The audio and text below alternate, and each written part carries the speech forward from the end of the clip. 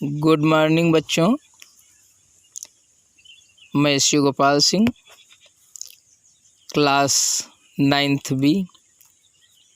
आज हम आप लोगों को हिंदी पद्य साहित्य का प्रथम चैप्टर, जो कि कबीरदास जी की साखी हैं, उनको पढ़ाएंगे।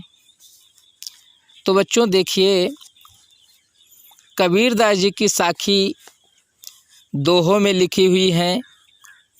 तो आइए पहली साखी की ओर। लिखा है, सतगुरु हमसु रीझ कर एकई कहा प्रसंग, और बरस्या बादल प्रेम का भीज गया सब अंग। तो बच्चों, प्रस्तुत साखी में कबीरदास जी कहते हैं, सतगुरु माने परमपिता परमात्मा, हम माने हमारे, सु माने ऊपर, रीझ माने प्रसन्न होकर एक ऐसा संदेश दिया। यानी कि परमपिता परमात्मा ने हमारे ऊपर प्रसन्न होकर के मुझे एक ऐसा प्रसंग दिया या ऐसा संदेश दिया, जिससे बरस्या बादल प्रेम का, जिससे प्रेम रूपी बादलों की बरसात हो गई, और उस प्रेम रूपी बादलों के बरसात से भीग गया सब अंग। मेरे शरीर का एक एक अंग भीग गया है। दूसरी साखी है कि राम नाम के पट तरे देवै को कछु नाहि, औ क्या लय गुरु संतोष ये हौस रही मन माहे।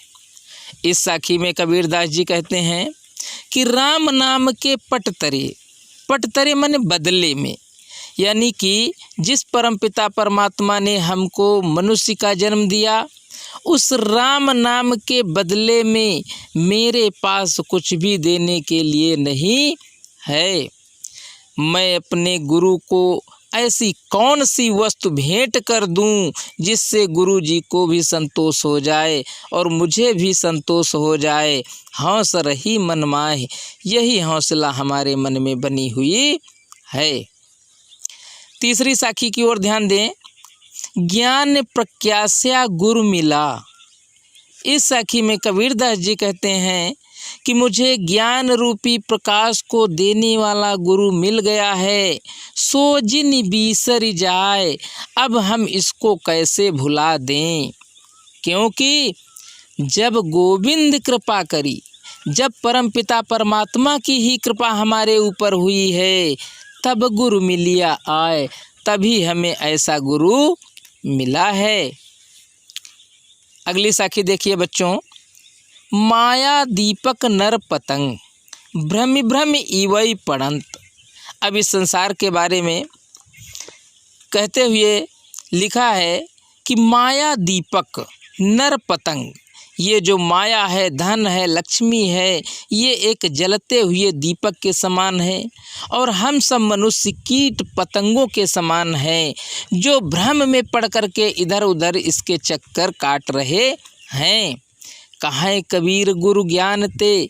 कबीरदास जी कहते हैं, इस माया रूपी दीपक में जो मनुष्य पतंगों की भांति इधर उधर घूम रहा है, ये सबको एक दिन नष्ट हो जाना है, और वही बचेंगे जिनको गुरु का ज्ञान प्राप्त है।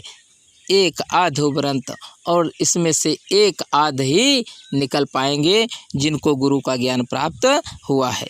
तो बच्चों, ये 4 साखियों का अर्थ संदर्भ सहित व्याख्या व्हाट्सएप के द्वारा भेजें, और उसके बाद कल के चैप्टर में हम 4 साखी पुनः फिर पढ़ाएंगे।